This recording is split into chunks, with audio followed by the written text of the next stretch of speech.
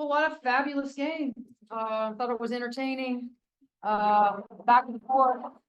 I thought Purdue played great today. But I thought our kids really had to dig down deep, and you know, they were obviously shot it very well from the 3-point line today. But they also executed, and you know, in an environment like this, which again, good for women's basketball when we have crowds like this, loud, tough environment, but we've played in front of tough environments before, so that doesn't bother this group, which I appreciate. But you know, without Sid being in there, you know, she is our energy, and you know, we had to have other people step up. Chloe was huge today. You know, Sarah does what Sarah does, puts a lot of pressure on the defense. You know, so does this one over here. But you know, I thought to have one, two, three, four guys in you know, double digits today. We were not very happy with the rebounding difference. And we know we have to be better there, as well as taking care of the ball. 18 turnovers is too much for our basketball team. But in spite of all that, you know, I'm just really proud of our group, and you know, we got up, we got down, we got up, we got down, we got up, and then found a way to win. So, you know, really, like I said, really proud of my guys. Raise your hand for questions. Mike, go ahead. Yeah, Terry, Can you grab the mic? They've got a mic for you right now. yeah, Terry, with Sydney, when did the injury happen, and do you have a timeline for her injury, you know, kind of being out? Yeah, so what is today? Sunday. So it would have happened Friday in practice. And she's gonna have another appointment on Monday, and then we'll know more. But yeah, unfortunate. But you know, every team has adversity at some point, and like I said, somebody had to step up today, and I thought all of those starters, Sarah, Mac, Chloe, Yarden, really had to step up in her absence. Chloe, Coach Moore mentioned that you guys had 18 turnovers, but only one in the fourth quarter. What settled you down offensively, and what kind of just got you into the right flow? Yeah, I think it starts in timeouts. You know, starters sitting, telling each other, you know, calm down, we're good. Obviously, the crowd got into it at one point, but just settling each other down, knowing we were going to win this game.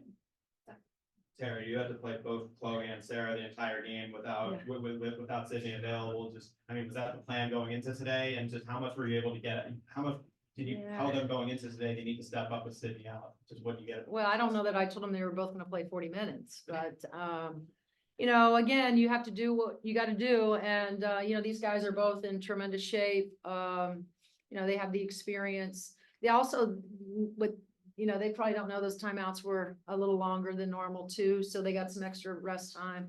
But you know, just felt like I thought Sarah was great defensively.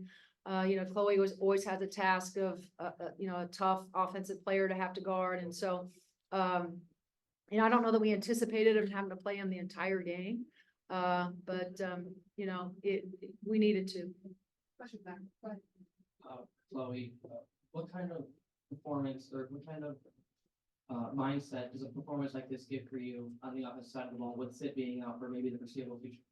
Yeah, I think you said it right there. I think we all have the mindset of Sid being out. We all need to do a little bit more. We kind of went through the same thing last year with Graceburger, so adversity is nothing new to us.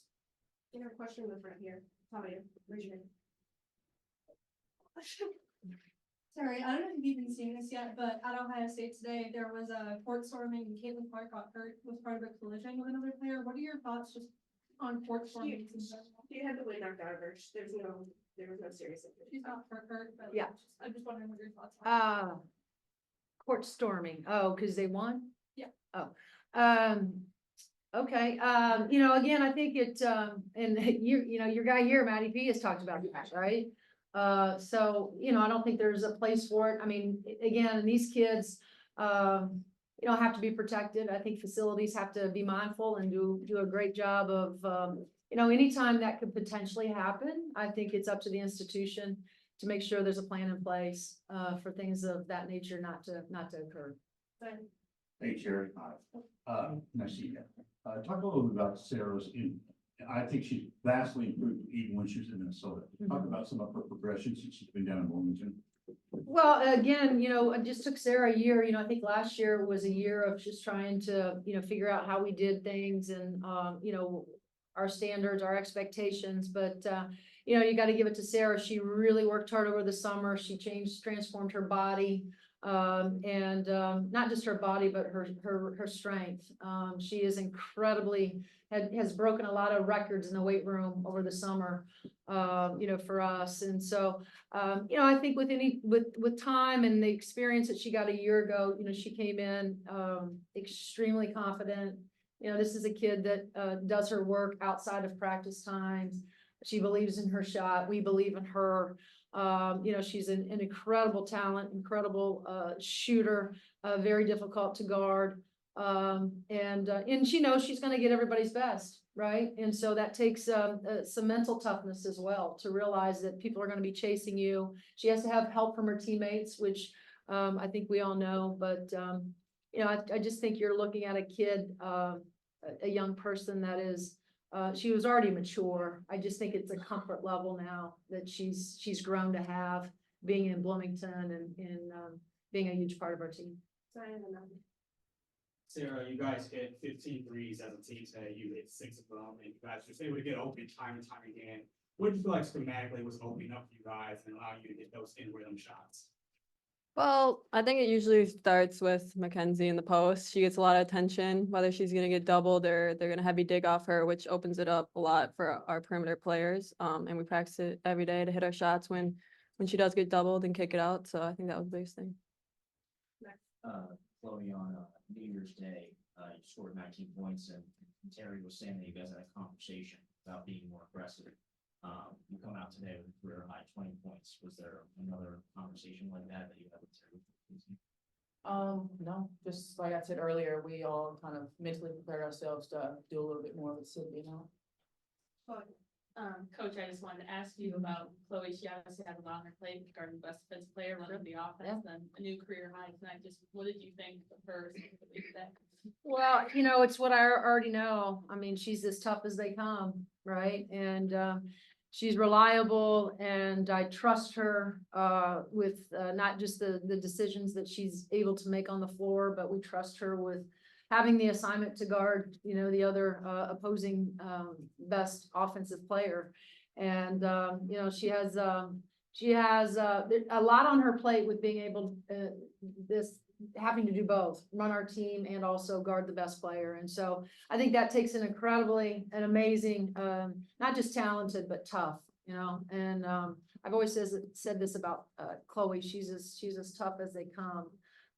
If there was a category, for that, she would score very high every game, just because she gives us her best. And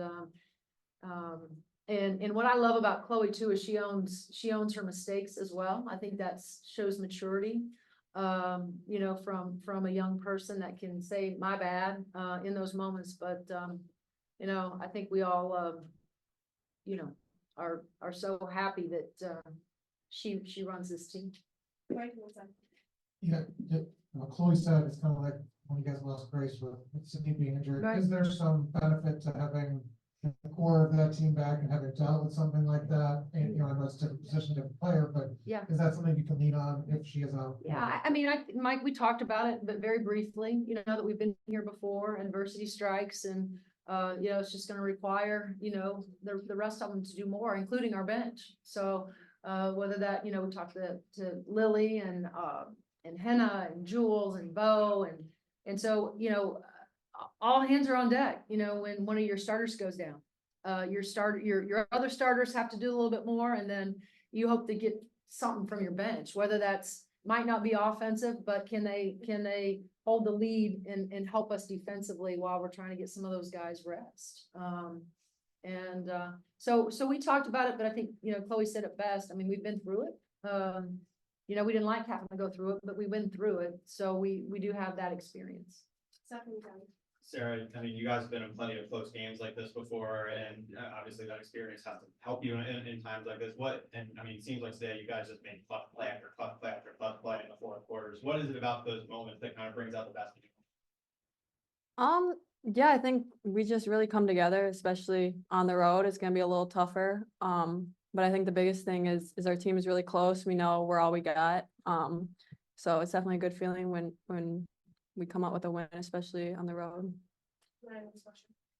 Terry, with sit out, you know, you kind of had Yarden guarding the four position more, usually what Sydney does. After, you know, that big first quarter Purdue had, you were able to limit them. What did you feel like Yarden did defensively, just on the back line to help out in that aspect? Well, you know, we were asking Yarden to play off and kind of dig when 34 caught it, you know, anywhere deep. We just asked her to be more active in gaps. You know, she did get buried there. You know, I thought Mary Ashley did a couple times, got her with a deep bury. But, you know, the one thing that Yarden gives us is her length, is her size, and she's super smart. So she realizes that what she doesn't have, maybe in athleticism, she can make up just by pure intelligence of being in the right place and using her length. And, you know, I thought there were, you know, and again, you know, you're talking about a kid that had to come in today and, you know, play a different position. So offensively, there's that, but it's also, you know, you're going up against a four-man that's used to be,